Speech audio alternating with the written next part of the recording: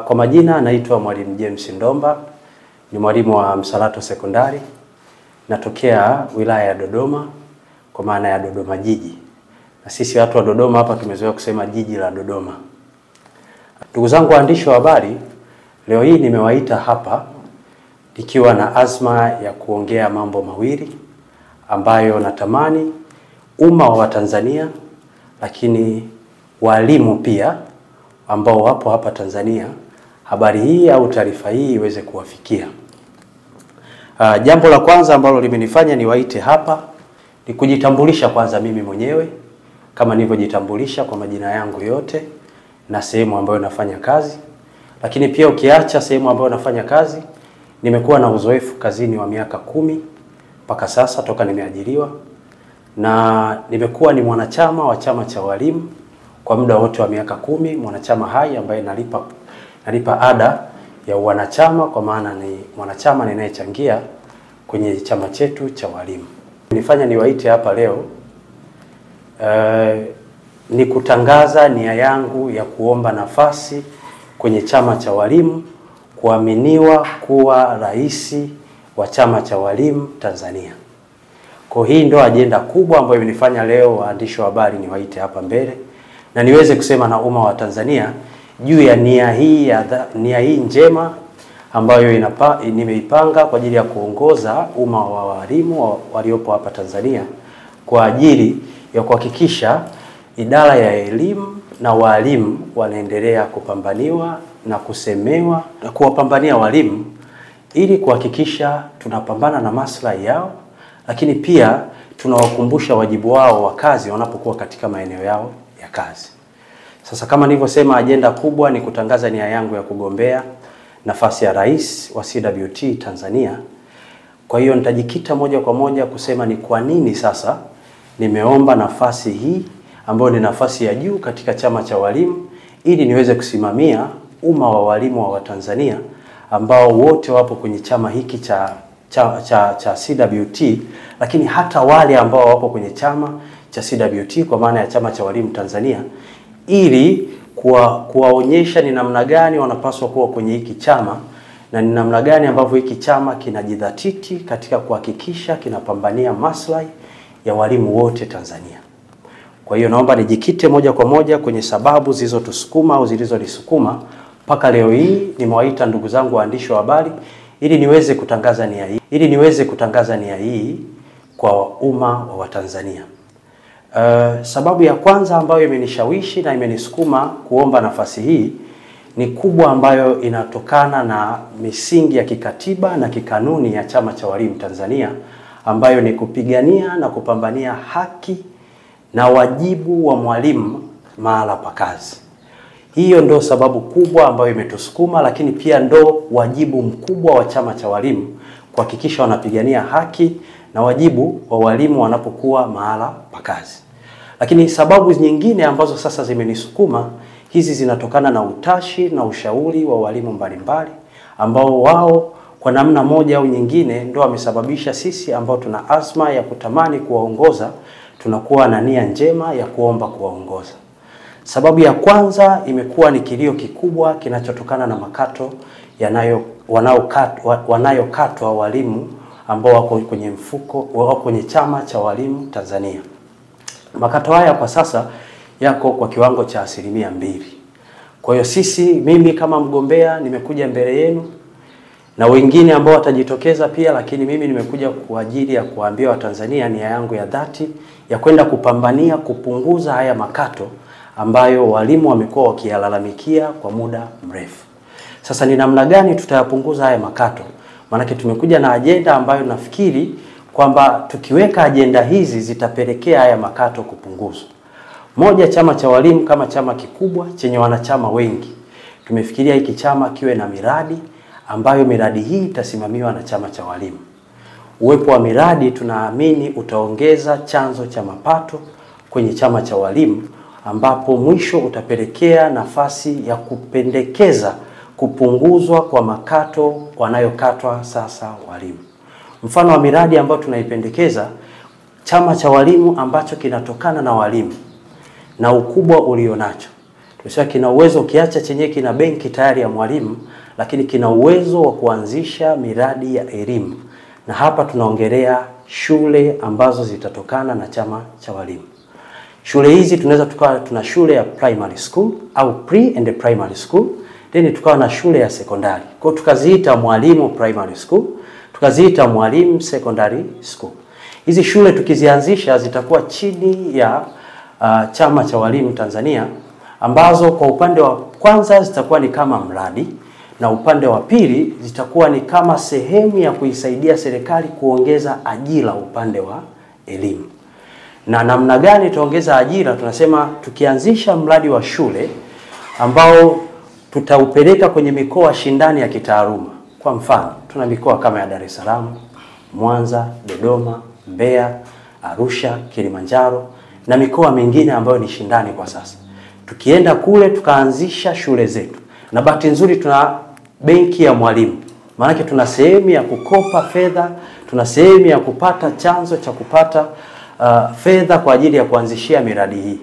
Kwa hiyo tuna haja ya kuanzisha miradi kama hii, kuisukuma ikawa ni miradi yenye tija na ikaleta kipato, lakini ikaleta ajira kwa walimu, lakini pia ikaleta nafasi ya kupelekea kupunguzwa kwa 2% ya makato ya mwalimu anayokatwa kwa sasa.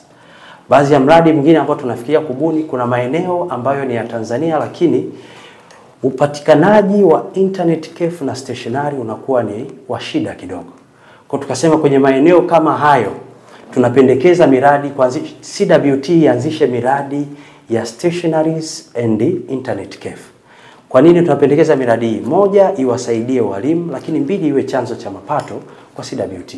Unakuta sehemu kwenye mkoa mwalimu taarifa zake anapotaka kuomba mkopo au anapotaka kuandaa taarifa zake za kiutumishi, inampasa atoke kilomita 15 mpaka 20 au 30 kwenda kwenye huduma ya internet cafe au kwenye huduma ya stationery kutafuta huduma hiyo ili aweze kuifanya kwa ufanisi. Hata tukasema tukianzisha huduma kama hizi, sisi tunataka mwalimu anapotoka kutafuta huduma hizo afanye kwenye ofisi ambazo tayari zinajulikana na ofisi za elimu wilaya, ili kuwepo na usalama wa taarifa zake anapokuwa anakwenda kufanya kazi hizo za kielimu. Mathalan, mwalimu anaenda kuomba mkopo. Kwa kama anatoka eneo la mbali anakuja mjini, kwanza anatumia muda mrefu, anaacha vipindi kule shuleni vinaendelea, lakini pili, usalama wa taarifa zake anapoenda kufanya kazi unakuwa ni mdogo. Tumekuwa tukisikia mara nyingi mwalimu huyu ana madeni na nini, watu wanavujisha taarifa za walimu wao. Tukasema tuanzishe ofisi za stationaries na internet cafe ambayo itasaidia, moja, mapato kwenye chama cha walimu, lakini mbili, itarahisisha kazi za walimu wanapokuwa wanafanya kazi zao za kiofisi na za kitaaluma pia. Ajenda ya tatu ambayo leo hii imenisukuma na nimewaita waandishi wa habari hapa ili tuweze kuongea ni kuhakikisha tunaanzisha mfumo wa kidigitali wa taarifa. Mfumo wa kidigitali wa taarifa ni mfumo ambao utasaidia kila mwalimu aweze kuwa anapata taarifa zake, ana uwezo wa kuupdate taarifa zake kupitia simu janja yake ya mkononi. Kwa sababu sasa dunia inakokwenda au nchi yetu inakokwenda, hata serikali lengo lake imekuwa ni kuleta mifumo ambayo serikali wanasema mifumo inayosomana. Kwa hata sisi chama cha walimu tuna haja ya kuanzisha mfumo wa kidigitali ambao mwalimu kwanza ataweza kupata taarifa zake, ataweza kujua makato yake, ataweza kujua marejesho yake na taarifa nyingine nyingi, wanachama wake na kila kitu. Kwa hiyo kupitia nafasi hii ya kuomba au ya kugombea nafasi mbalimbali kwenye ngazi ya taifa, nikasema nijitokeze na mimi ili nilete hoja kama hizi kwamba tunatamani kuanzisha mfumo wa kidigitali ambao wenyewe utasaidia kupata taarifa za mwalimu juu ya kazi zake anavyozifanya, taarifa zake, michango yake na kila kitu hapo. Na ajenda nyingine iliyotusukuma hapa tukasema mojawapo ni kurudisha hadhi ya mwalimu. CWT kama chama kikubwa kina uwezo wa kuirudisha hadhi ya mwalimu. Ni namna gani itarudisha hadhi ya mwalimu? Tukasema kuna event ambazo kama taasisi ya CWT kwa sasa inapaswa kuziandaa. Na event hizo ambazo inapaswa kuziandaa zinaweza zikapelekea kurudishwa kwa hadhi ya mwalimu. Event kama vile labda tunataka tuanzishe kitu kinaitwa Mwalimu Award. Mwalimu Award ni event au ni tukio au ni event itakayokuwa inaandaliwa kwa ajili ya kutambua walimu waliofanya vizuri katika masomo mbalimbali na shughuli zote za kitaaluma. Tunasema award kama hii impe mwalimu motisha ya kuhakikisha anaendelea kupambana zaidi. Imtambue mwalimu kwa kumpa cheti, imtambue mwalimu kwa kumpa fedha, imtambue mwalimu kwa kumpa nafasi ya kuonyesha umuhimu wake kwenye jamii. Lakini pia tukasema tunapaswa kuwa na mwalimu marathon.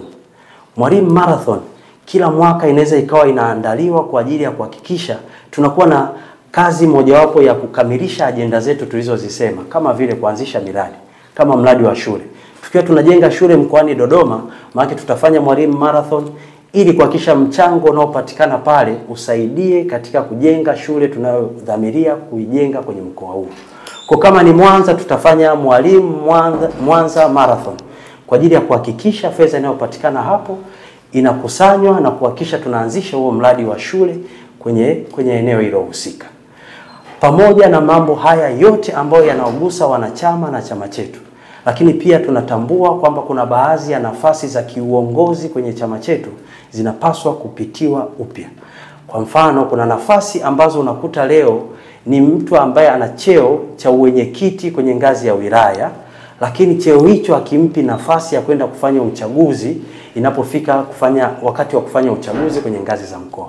Kwa sababu kuna haja ya kupitia upya katiba na taratibu zetu ambazo zinatupeleka kwenye uchaguzi ili kuhakikisha kila kiongozi anashiriki katika kuchagua viongozi wa kitaifa na wa kimkoa muda unapofika. Na jambo lingine la muhimu ambalo nalo nilitamani walimu na Watanzania walijue.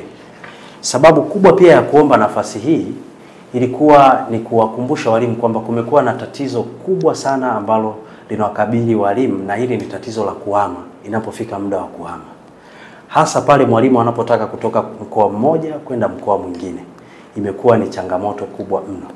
Kwa mimi kama mgombea wa nafasi ya urais nimeliona hilo na nikaamini chama chetu cha walimu Tanzania kina wajibu kama taasisi kubwa iliyobeba walimu wengi wasiopungua 240,000 kuhakikisha moja ya ajenda inayokuwepo hapo ni kuwasaidia katika uhamisho. Tunawasaidiaje?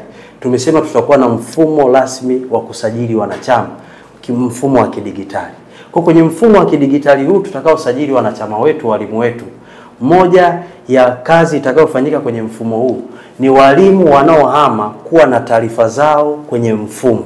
Ili kwanza tunapokuwa na walimu wanaotaka kubadilishana mkoa mmoja kwenda mwingine, wanaingia kwenye mfumo moja kwa moja, wanaona wale walimu ambao wanatamani kuhama kituo kutoka mkoa huo kwenda mkoa mwingine. Kwa kama ni mkoa ambao yeye ana uhitaji na yule ambaye kule amejisajili naye ana uhitaji, manake pale pale kwenye mfumo watasomana wao na contact zitabadilishana pale. Lakini sisi kama chama cha walimu, na sisi tutaingiza nguvu yetu ya kuhakikisha tunawapambania walimu hao wenye nia njema ya kuhama kwenda kituo kingine au kwenda mkoa mwingine, ambao wengi wao sababu zao ni kwenda kuungana na wenza wao ili majukumu ya kikazi ya kujenga taifa letu yafanyike kwa weledi zaidi. Kwa kumalizia kabisa, tulisema kabisa sisi kama chama cha walimu kimekuwa na utaratibu wa kutambua wastaafu wanapostaafu walimu kupewa bati kadhaa, na hapa sitasema idadi yake. Lakini sisi tukasema mwalimu anachangia almost kwa miaka 30. Kasema sisi tukiweka tu kwamba apate bati kule mwisho inakuwa haimtendei haki mwalimu. Kwa tukasema kwenye yale makato anayoyapata mwalimu na kwenye miradi hii tunayofikiri tunataka kuianzisha, itumike kuchangia mfuko ambao mwalimu anapostaafu atapata mafao au gawio la kile alichokuwa anakichangia, lakini miradi ilichokuwa inakichangia kwenye makato yake pale, ili anapostaafu awe kidogo na kakiinua mgongo ambako katamsaidia hata kubeba vitu vyake kuhamisha mkoa mmoja kwenda mwingine. Maanake tunaongelea ni fedha kidogo ambazo zitasaidia kwa ajili ya yeye kumuonyesha kweli alikuwa kwenye chama cha walimu, lakini pia kumpa cheti cha kumtambua kama mtumishi aliyeijenga nchi yake kitaaluma kwa miaka yote alipokuwa kazini. Habari kwa maswali. Sawa, na maswali mawili. Ndio. Kwanza, chama cha walimu kimekuwa kikubwa na migogoro ya hapa na pale. Sasa iwapo utapewa ridhaa ya kiongozi wa chama kama rais, utakuja mikakati gani kuhakikisha kwamba unaondoa swala la migogoro ndani ya chama? Lakini pia iwapo utapata nafasi hiyo, nafasi yako kama kiongozi wa chama, utapambania vipi thamani ya mwalimu na kurejesha sasa ile hali ya watu kuiwa kusoma mwalimu na kutamani kufanya kazi ya kufundisha, kwa sababu swala la ajira ambalo limepata changamoto na tumeona makundi mbalimbali yanaibuka hivi sasa kama NETO kwa ajili ya kupambania ajira. Sasa nafasi ya chama cha walimu kwa ajili ya kuwashika mkono ambao wako nje ya ajira, ili waishi kwamba serikali na walimu na kutengeneza mfumo mzuri wa wao kuweza kupata ajira na thamani ya walimu inarejea. Asante mwandishi wa habari. Nitayajibu maswali yako kama ifuatavyo. Nikianza na swali la pili ambalo ni swali zuri na lipo kwenye sehemu ya ajenda ambayo nimeiandaa kama nitapata nafasi ya kuwa rais wa chama cha walimu Tanzania. Kwenye nafasi ya wanachama ambao ni wapya au sio wanachama, kwenye nafasi ya walimu ambao bado hawajapata ajira, ni kwa namna gani nao tunaweza tukawatazama, nikichukua kwa ufupi hivyo. Moja ya ajenda tulionayo, tumesema tuje na ajenda ambayo itatambua mwanachama ambaye bado hajaajiriwa, hajaingia kwenye mfumo rasmi wa ajira. Tunasema ni mwanachama kivuli. CWT iwe na kazi ya kutambua wanachama vivuli ambao wamesoma kada ya elimu, kuwasajili kama wanachama wao ila wasio na makato katika chama cha walimu. Ikiwa ni sababu ya mojawapo ya kuhakikisha wale ambao tumewasajili katika chama cha walimu tunaingia moja kwa moja kuwapambania kwenye soko la ajira. Na tunawapambaniaje kwenye soko la ajira? Tumesema moja kwa moja tutawapambania kwa soko la ajira, moja kwenye private sector, lakini mbili kwenye government sector. Sasa hao walimu ambao ni vivuli tunapokuwa tumewadahili au tumewasajili kwenye chama chetu, maana cha kwanza, ajira zinapotoka kwenye private sector, sisi kama chama cha walimu tutakuwa na ikama ya walimu wetu vivuli ambao tutawapambania moja kwa moja wapate ajira kwenye hizi private sector, kwa maana ya shule ambazo ni private. Na wanapopata ajira hizo, walimu hawa manake automatic tunawafanya kuwa ni wanachama wa chama cha walimu. Lakini mbili, upande wa serikali siku hizi pia ajira zimekuwa ni za kiushindani. Kwa sisi kama chama cha walimu, baada ya kuwatambua wanachama vivuli, yani kwa maana ya walimu ambao wamesomea ualimu ila hawajapata kazi ya ualimu, tunawapambania kuhakikisha nafasi zinapotangazwa wanapata nafasi hizo. Kwa wakipata nafasi hizo, kwa sababu tulishawasajili kama wanachama vivuli katika chama chetu, kwa hiyo moja kwa moja anapoajiriwa tunamfanya kuwa ni mwanachama hai sasa wa chama cha walimu. Kwa hiyo itakuwa tayari ni nafasi ambayo sisi kama chama cha walimu tunaiandaa na tunaitengeneza kwenda kuhakikisha tunawapambania walimu wote ambao bado hawajaingia kwenye mfumo kamili wa ajira.